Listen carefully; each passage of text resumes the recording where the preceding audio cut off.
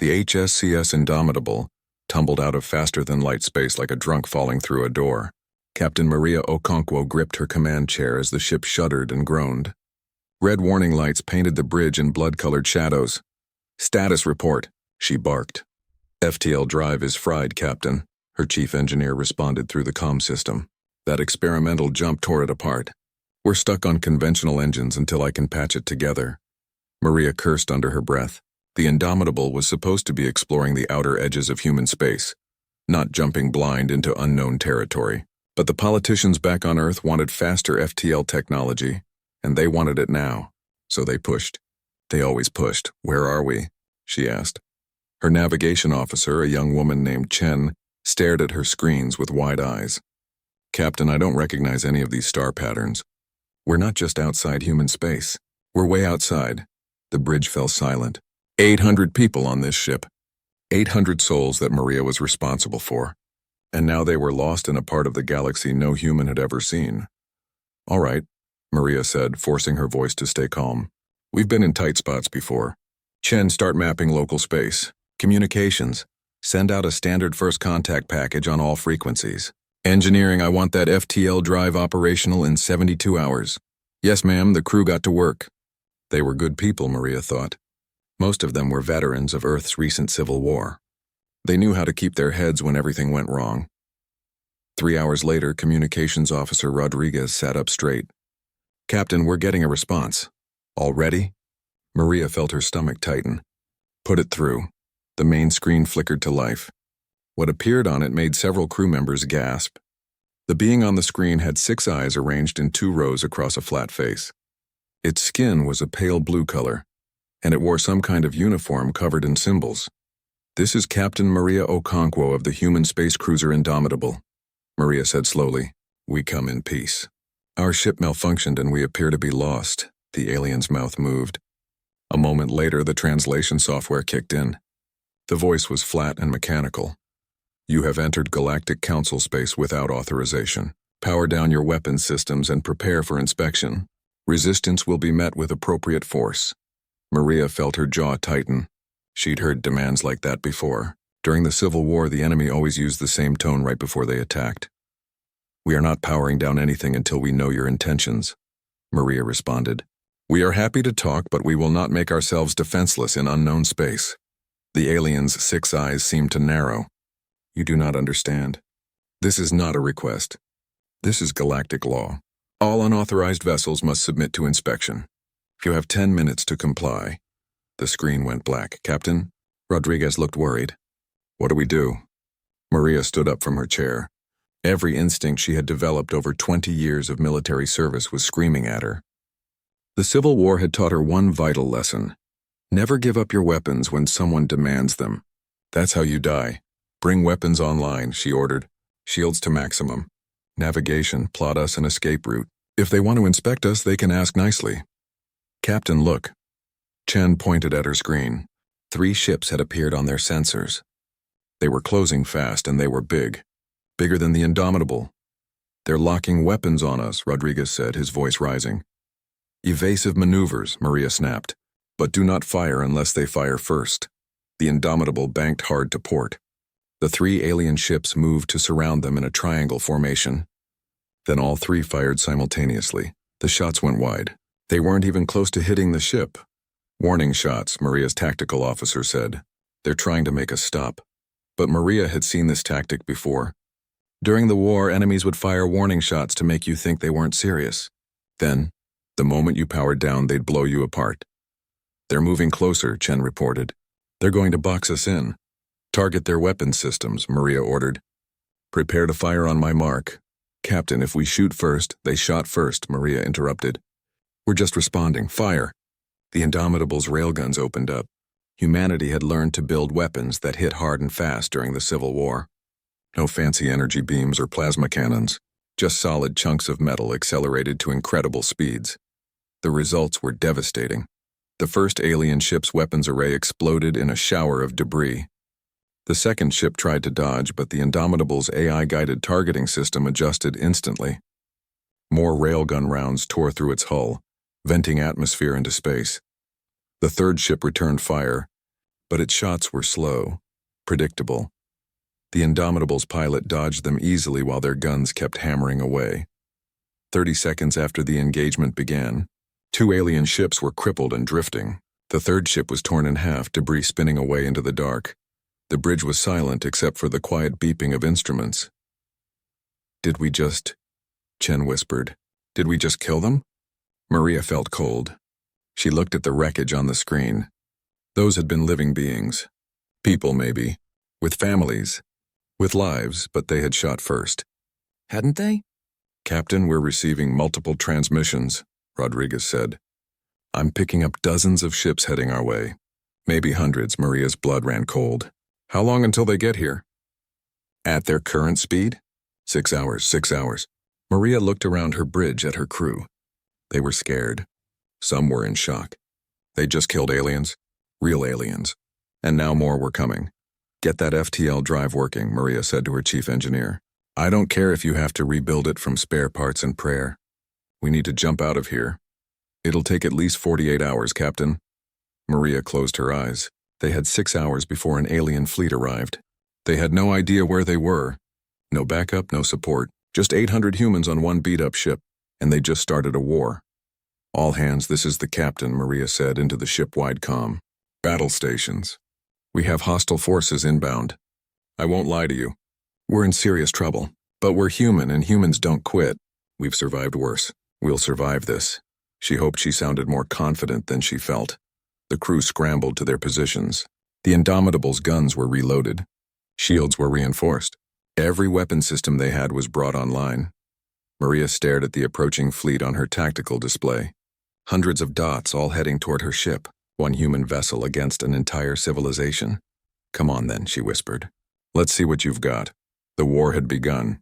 Neither side knew it yet, but everything was about to change. One human ship had appeared in galactic space, and nothing would ever be the same again. The Galactic Council met in emergency session. 10,000 species represented by their ambassadors gathered in the great chamber that floated in neutral space. The chamber had not been used for a war council in over 2,000 years. Ambassador Telmoth of the Velkrin stood before the assembly. His forearms gestured dramatically as he spoke. 3 ships destroyed, 147 crew members dead. This is unprecedented. This human vessel violated every law of civilized conduct. They attacked without warning. They targeted life support systems. They showed no mercy. Murmurs rippled through the chamber, dead. The humans had actually killed council ships, not disabled them, not captured them, killed them. Perhaps it was a misunderstanding, suggested Ambassador Iril of the Pantheon Collective. Her species had always been the voice of peace. They are new to our space. They may not understand our protocols. They understood violence well enough, Telmoth snapped. The Galactic Fleet will teach them to understand something else. Consequence. The vote was unanimous. A punitive fleet would be dispatched. 30 ships, more than enough to handle one primitive vessel. The humans would be given one chance to surrender. If they refused, they would be destroyed as an example to any other species that might consider such barbarism. Admiral Kethvar was given command of the fleet. He was old even for a Velkrin. He had fought in the last real war centuries ago, before the Council had perfected the rules that made war civilized, back when ships died and soldiers didn't come home. He didn't want this command. But duty was duty. The fleet found the Indomitable hiding in the shadow of a gas giant. The human ship looked ugly to Kethavar's eyes. Asymmetrical. Covered in weapons that jutted out at odd angles, it looked like something built in a hurry by people who expected to die using it. "This is Admiral Kethvar of the Galactic Council Fleet," he transmitted on all frequencies.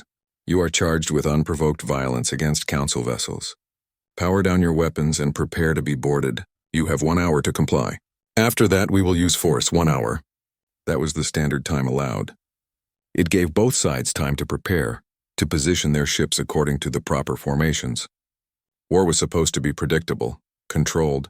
The humans didn't wait 1 hour, they didn't even wait 1 minute. The Indomitable erupted from behind the gas giant at full thrust. But it wasn't heading toward Kethavar's fleet. It was heading toward the moon orbiting the gas giant. "What are they doing?" his tactical officer asked. Kethavar watched in confusion as the human ship dove toward the moon, skimming so close to its surface that it disappeared from their sensors for a moment. Then it reappeared, moving 3 times faster than before. They used the gravity well to slingshot, Kethvar realized with shock. They're coming straight at us. Impossible. No one fights like that. They'll tear their own ship apart from the stress. But the humans had done it anyway, and now they were coming in at attack speed, all weapons firing. The fleet tried to respond, but they were still in approach formation. They hadn't moved into battle positions yet. The rules said you had to give the enemy time to prepare. The humans didn't care about rules. Railgun rounds tore through 3 ships before they could even raise their shields. Missiles streaked across space, not heading for weapon systems like they should, but for engine cores and life support. Return fire, Kethvar ordered. His fleet responded, but their shots were calculated to disable, not destroy. Every galactic weapon system had safety protocols built in. You didn't kill. You didn't have to. You just damaged enough to force surrender. The humans had no such protocols. Kethvar watched in horror as ship after ship fell silent, not disabled, but dead. The humans fought like animals. No, worse than animals. They fought like his own ancestors had fought before civilization tamed them. When the Indomitable ran low on ammunition, it did something else unthinkable. It rammed one of his cruisers, using its reinforced bow to tear open the other ship's hull before breaking away. All ships, fall back, Kethvar ordered. Reform at Rally Point Delta. Admiral, we outnumber them 30-1. I said fall back. The fleet retreated. Kethvar stared at his tactical display. Of his 30 ships, 9 were completely destroyed. 16 more were badly damaged. Only 5 ships, including his flagship, were still combat-ready. 1 human ship had done this. Get me a secure channel to the Council, Kethvar said quietly. They need to know what we're dealing with. But before he could send the message, something else happened. One of his damaged ships, the cruiser Steadfast, reported intruders. Intruders? We're in space. How? The humans, Admiral. During the ramming attack, they must have sent boarding parties across. Kethvar felt his blood run cold. Seal all compartments. Security teams to the breached sections. But it was too late. The humans moved through the Steadfast like they'd been born to ship combat. They used weapons the galactic soldiers had never seen. Firearms that fired solid projectiles. Explosives that could blow through bulkheads. They didn't try to capture. They didn't follow any protocol. They just fought. Within an hour, the Steadfast crew had surrendered. The humans took 12 prisoners, including the ship's captain and science officer. Then they disappeared back into space with their captives, returning to the Indomitable before Kethvar could mount a rescue. What do they want with prisoners? His first officer asked. Kethvar knew. He'd seen this before centuries ago in the last real war. Information. They're going to interrogate them. But that's against— They don't know what's against the law, Kethvar interrupted. And now they're going to learn everything about us. He was right. Over the next few weeks, the humans extracted everything they could from their prisoners. They learned about the Galactic Council, about the laws that governed space, about the thousands of species that lived under Council rule. They learned about the banned weapons and tactics, about the rules that made war safe and predictable, and they learned that the Galactic Council wasn't as united as it pretended to be, that dozens of species resented being forced to follow Council law, that there were cracks in the foundation of the greatest civilization the galaxy had ever known. Captain Maria Okonkwo studied every piece of information. She'd fought in Earth's Civil War. She knew how to fight when you were outnumbered and outgunned. You didn't fight fair. You fought smart. We can't win a straight fight, she told her senior officers. There are too many of them. But we don't have to win. We just have to survive long enough to warn Earth. The FTL drive is almost repaired, her chief engineer reported. Another week and we can jump. They won't give us a week, Maria said. We need to buy time, and I know how to do it. She looked at the star charts they'd taken from the captured galactic ship.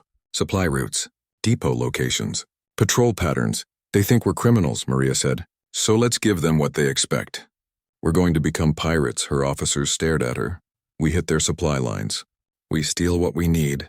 We make them chase us instead of the other way around. And every time we jump away, we send a data packet back toward Earth. Eventually, one of those packets will make it home, and Earth will know they're not alone in the universe. They'll also know we're at war, Rodriguez pointed out. Maria smiled grimly. Then Earth better start building more ships. The Indomitable vanished into deep space, beginning a campaign of raids that would terrorize the Galactic Council for months. They hit supply depots, stole technology, and freed any species they found being held against their will. And with every raid, humanity learned more about their enemy, and more importantly about their enemy's weaknesses. The war had begun. But it was no longer about survival. It was about showing the galaxy that humans didn't follow anyone's rules but their own. The Galactic Council chamber was in chaos. Ambassadors shouted over each other, their translation devices creating a cacophony of languages. Security officers stood ready, worried that the arguments might turn physical. 47 ships, Ambassador Telmoth roared. One primitive vessel has destroyed or captured 47 Council ships in 6 months. This is unacceptable. Perhaps if our tactics weren't so predictable, Ambassador Iril began. Our tactics have maintained peace for 5,000 years, and one human ship has proven they don't work. The Council coordinator raised all 6 of his tentacles for silence. Slowly, the chamber quieted. The situation is worse than mere ship losses, he said gravely. The humans have done something far more dangerous. They have given hope to the dissidents. A holographic display appeared in the center of the chamber. It showed star charts with dozens of systems marked in red. 3 species under protective quarantine have been freed by the humans. Not rescued, freed. The humans attacked our quarantine stations, disabled our guards, and gave these species their own ships. Ships we captured, which the humans reprogrammed and gifted away. Those species were quarantined for good reason, an ambassador protested. They were too violent to join civilized space. The humans don't seem to care about our definition of civilized, the coordinator replied. Worse, they have been broadcasting a message across 200 systems. The hologram changed. It showed Captain Maria Okonkwo standing on the bridge of her ship. Behind her, representatives of a dozen different species stood together. This is Captain Maria Okonkwo of Earth, the recording said. We came to your galaxy by accident. We offered peace. You declared war. So now we offer something else, freedom, to any species tired of council rules, to any people who want to govern themselves, to anyone who believes that might doesn't make right. Join us. The recording continued with coordinates that led to Earth. She's told everyone where her homeworld is, an ambassador said in disbelief. She's invited an attack. No, Kethvar said quietly from his position at the military command station. She's invited her enemies to come to a place where humans have had months to prepare. It's a trap. Then we send the fleet and spring it. With respect, Ambassador, Kethvar replied. That's exactly what she wants. The humans don't fight like we do. Every time we engage them on their terms, we lose. So what do you suggest? That we do nothing? I suggest we find out what they're building. Kethvar brought up his own display. It showed an asteroid field in unclaimed space far from any council world. 3 weeks ago, the Indomitable stopped running. Our long-range sensors detected them entering this asteroid field. They've been there ever since. What are they doing? I sent a reconnaissance fleet to find out. All 12 ships. None returned. But before they were destroyed, they sent back automated data. The hologram changed again.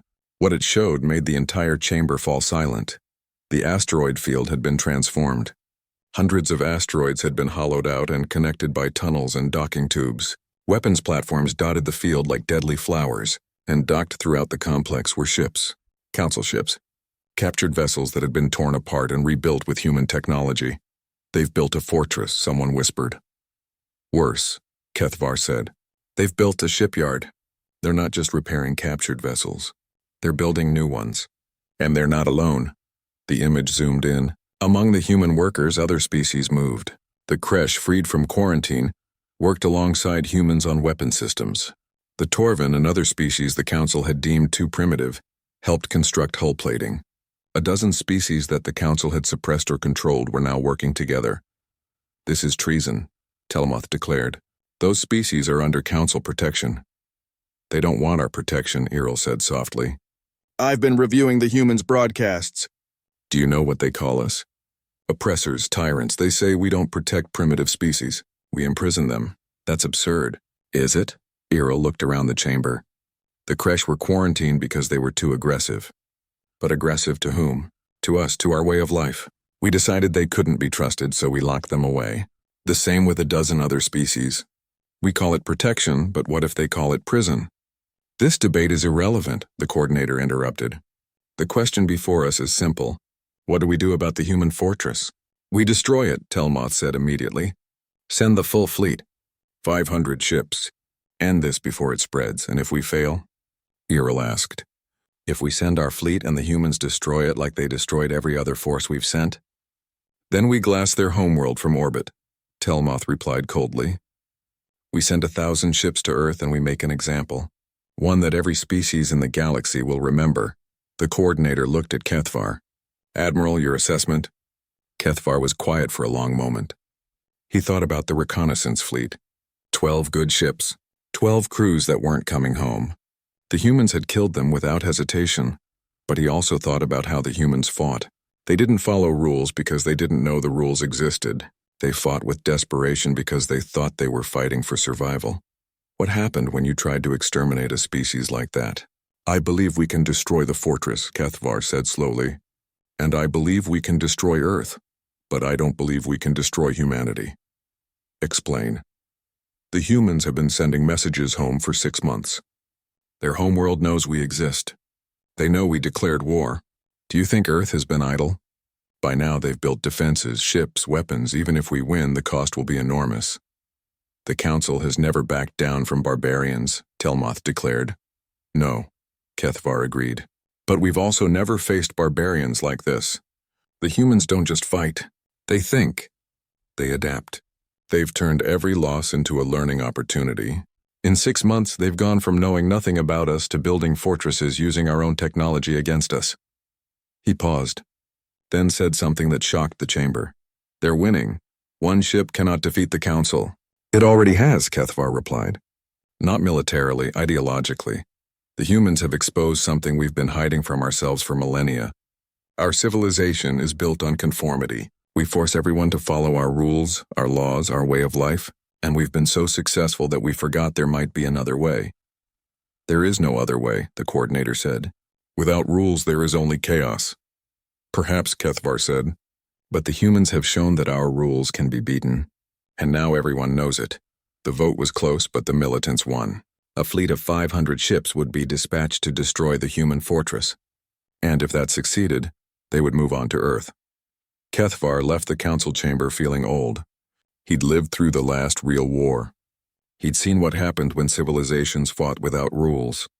The death, the destruction, the species that went extinct. The council had created its laws to prevent that from ever happening again. And for 5,000 years it had worked. But now one human ship had lit a match, and Kethvar could see the flames spreading. He gathered his fleet and prepared for battle. 500 ships against one fortress. It should be easy. But Kethvar had learned not to underestimate humans. They had a saying, one his translators had picked up from intercepted transmissions. Desperate. People do desperate things. Kethvar didn't know what the humans would do when 500 ships arrived at their fortress, but he knew it wouldn't be what anyone expected. Admiral Kethvar stood on the bridge of his flagship, watching the asteroid fortress grow larger on his screens. 500 ships surrounded him. The largest fleet assembled in 1,000 years. It should have made him feel confident. Instead, he felt afraid. All ships report ready, Admiral, his first officer said. Good. Begin the approach. Standard siege formation. The fleet moved forward like a wall of metal and light. They had practiced this maneuver hundreds of times. Every ship knew its position. Every weapon was ready. The human fortress was silent. No communications. No movement. Just darkness among the asteroids. They know we're here. Kethvar muttered. Why aren't they responding? Perhaps they're evacuating, his tactical officer suggested. They know they can't win. Kethvar didn't believe that for a second. Humans didn't evacuate. They fought. Then the trap sprang. The asteroids weren't asteroids. Half of them were hollow shells filled with weapons. Railguns erupted from hidden bays. Missiles streaked out of concealed tubes. And the weapons didn't fire at random. They fired with coordination that could only come from a sophisticated AI. Evasive action, Kethvar ordered. But his fleet was in siege formation. Slow. Predictable. Built for overwhelming force against a static target. Not for this. The first wave of missiles hit before his ships could even raise full shields. 30 vessels took damage. 10 went dark completely. Return fire. All batteries. His fleet responded with overwhelming firepower. Energy beams lanced across space, turning asteroids into glowing slag. But for every weapon platform they destroyed, 2 more revealed themselves. Then the captured ships attacked. They had been hiding deeper in the asteroid field, powered down and invisible. Now they roared to life, their engines burning bright. But these weren't council ships anymore. The humans had stripped them down and rebuilt them. They were faster now, more aggressive, and their weapons ignored every safety protocol. One of the converted ships rammed straight into a council cruiser, detonating itself in a massive explosion that took the cruiser with it. "They're using suicide tactics," someone said in horror. But Kethvar understood. Those ships had skeleton crews, maybe just 1 or 2 people. The humans were trading their lives to take out ships with hundreds of crew members. It was efficient. It was ruthless. It was working. "Focus fire on the converted vessels," Kethvar ordered. "Ignore the asteroids." His fleet adjusted, pouring fire into the attacking ships. They started to fall, breaking apart under concentrated fire. But they'd already done their damage. Then something worse happened. The fortress itself began to move. The asteroids weren't just weapons platforms. They were connected by massive engines hidden throughout the field. The entire fortress was mobile, and it was moving to cut off the fleet's escape route. Kethvar felt his blood run cold. The humans weren't trying to win this battle.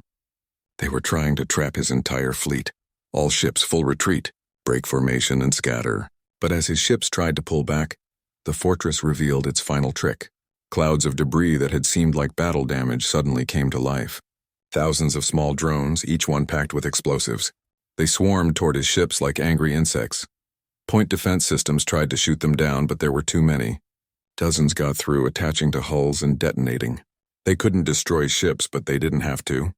They damaged sensors, weapons, engines. They turned proud warships into wounded animals. "We're losing formation," his first officer shouted. "Half the fleet is reporting major damage." Kethvar made a decision. "All ships retreat Vector Omega. Maximum thrust. Leave the damaged vessels behind." "Admiral, we can't save them," Kethvar interrupted. "If we stay, we all die. Move now." 200 ships broke free of the fortress, fleeing at maximum speed. 200 more were left behind, crippled or destroyed. And then the humans did something that made Kethvar understand exactly how ruthless they were. The fortress exploded. Not just one asteroid. All of them. Every single connected piece of the fortress detonated in a chain reaction that lit up space like a newborn star. The explosion consumed everything within the asteroid field. The damaged council ships, the fortress itself, and Kethvar realized with cold certainty, any humans who had been left behind. They'd sacrificed themselves. Hundreds of people, maybe thousands, including the allied species. They'd known the fortress was doomed, so they turned it into one final weapon. The shockwave hit his retreating fleet, damaging dozens more ships. When the light faded, there was nothing left but expanding debris and radiation. Kethvar stared at the empty space where the fortress had been. Of his 500 ships, only 150 were still combat-ready. The rest were destroyed or too damaged to fight. One fortress, one desperate human gambit, and they'd killed or crippled 350 ships. "Admiral," his communications officer said quietly, "we're receiving a transmission. From the humans, put it through." Captain Maria Okonkwo appeared on the screen. She looked tired, scared, but her voice was steady. "Admiral Kethvar, I know you can hear this. By now you've figured out that we evacuated most of our people before you arrived. We're heading home, to Earth, and I want you to know something." She leaned closer to the camera. "Every ship you send to Earth will die. Every soldier. Every crew member. We know how you fight now. We know your weaknesses, and we will never stop. Never surrender. You want to exterminate humanity? You're welcome to try, but we'll make you bleed for every inch." The transmission ended. Kethvar's first officer looked at him. "What do we do, Admiral?" Kethvar thought about the last real war, the one he'd fought in as a young officer. He remembered the species his people had fought against. They'd been brutal, savage. They'd refused to follow any rules. The Council had exterminated them. Every last one. It had taken 10 years and cost millions of lives, but they'd done it. And Kethvar had never forgiven himself for being part of it. He looked at his remaining fleet. Good ships, good crews. If he followed them to Earth, more would die. Maybe all of them. The humans would fight like cornered animals because that's what they were. But if he reported failure to the Council, they'd send more ships. 1,000 ships. 10,000 if necessary. They'd destroy Earth from orbit, kill every human and call it justice unless someone stopped them. Get me a secure channel to Earth, Kethavar said quietly. Admiral, I'm not following them. I'm going to talk to them. The Council ordered. The Council has been wrong before, Kethavar interrupted. He looked at his first officer. I'm old. I remember the last species we exterminated. Do you know what we told ourselves afterward? Never again. We'd never let ourselves become monsters again. That's why we created the rules, the protocols, the civilized way of war. He gestured at the debris field, but we forgot something. We forgot that the rules only work if both sides agree to follow them. The humans don't know our rules, and even if they did, why should they follow them? We declared war on them. We tried to kill them. From their perspective, we're the monsters. So what do you propose? I propose we try something the Council hasn't done in 5,000 years, Kethavar said. I propose we admit we were wrong. His first officer stared at him. The Council will never agree to that. Then the Council will have to court-martial me, Kethavar replied. Because I'm not sending my people to die for a war that never should have started. He looked at the communication screen, waiting for the channel to Earth to open. Get me Captain Okonkwo, he said. It's time we talked. Really talked. Not as enemies, but as two people who've seen enough death. The signal went out across space, carrying a message that would change everything. Not a declaration of war, but an offer of peace. The Indomitable limped into Earth orbit 3 days ahead of Kethavar's fleet. Captain Maria Okonkwo stood on the bridge, looking down at the blue and green planet below. Home. She'd thought she'd never see it again. Captain, you need to see this, Rodriguez said, awe in his voice. Maria looked at the tactical display and felt her breath catch. Earth's orbit was filled with ships. Hundreds of them, thousands. Humanity had been busy, they weren't pretty ships. Most looked like the Indomitable, cobbled together from whatever materials Earth could produce. But they were armed, and they were ready. Open a channel to Earth Defense Command, Maria said. A face appeared on the screen. Admiral Chen, commander of Earth's newly formed Space Defense Force. She was young for an admiral, barely 40. But then, humanity had promoted people fast once they learned they weren't alone in the universe. Captain Okonkwo, welcome home. We received your data packets. All of them. How long do we have? Galactic Fleet will arrive in 72 hours. We're detecting 150 ships. Chen's expression was grim. We have 10,000 ships to meet them. But our intelligence suggests galactic ships are more advanced. They are, Maria confirmed. But they follow rules. We don't. That's our advantage. We've studied your battle reports. Every tactic you used we've incorporated into our doctrine. We're as ready as we can be. Maria felt a weight on her chest. 10,000 ships. Millions of people. All preparing to fight because she'd started a war. Admiral, there's something you should know. Kethavar, the Galactic Admiral, he sent me a message. He wants to talk. Chen's eyes narrowed. It could be a trap. It could be. But I don't think so. I've fought Kethavar 3 times now. He's not like the others. He's old enough to remember what real war looks like. And I don't think he wants this. What do you want to do? Maria thought about her crew. 800 people who'd followed her across the galaxy and back. About the allied species who'd died at the fortress. About Earth preparing for a war that might destroy everything. Set up a meeting. Neutral ground. A station in the outer system. No weapons, just talk. And if he attacks, then we destroy his fleet and prepare for the next one. Maria looked at Earth below. But if there's even a chance we can end this without more death, we have to try. The meeting was held on a mining station at the edge of Earth's solar system. Maria brought only her senior officers. Kethavar brought his command staff. Both sides were armed, but the weapons stayed holstered. Maria saw Kethavar for the first time in person. He was tall even for his species, with 4 arms that moved with military precision. But his eyes were old, tired. She recognized that look. She saw it in her own mirror every morning. Captain Okonkwo, Kethavar said. The translator rendered his voice as deep and formal. Thank you for agreeing to meet, Admiral Kethavar. I'll be honest. I'm not sure why we're here. Your council declared war on us. They tried to kill us. Why should we trust anything you say? You shouldn't, Kethvar replied bluntly. Trust must be earned. But I believe we can end this war before it destroys both our peoples. Your people started it. Yes. The simple admission shocked Maria. We did. We applied our laws to a species that knew nothing about them. We treated you as criminals when you were victims. And when you defended yourselves, we declared war instead of admitting our mistake.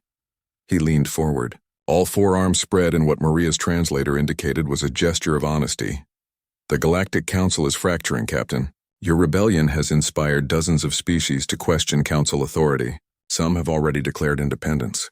Others are preparing for war. The Council I serve is dying, killed by its own arrogance. Good, Maria said flatly. From what I've seen, the Council deserves to die. Perhaps.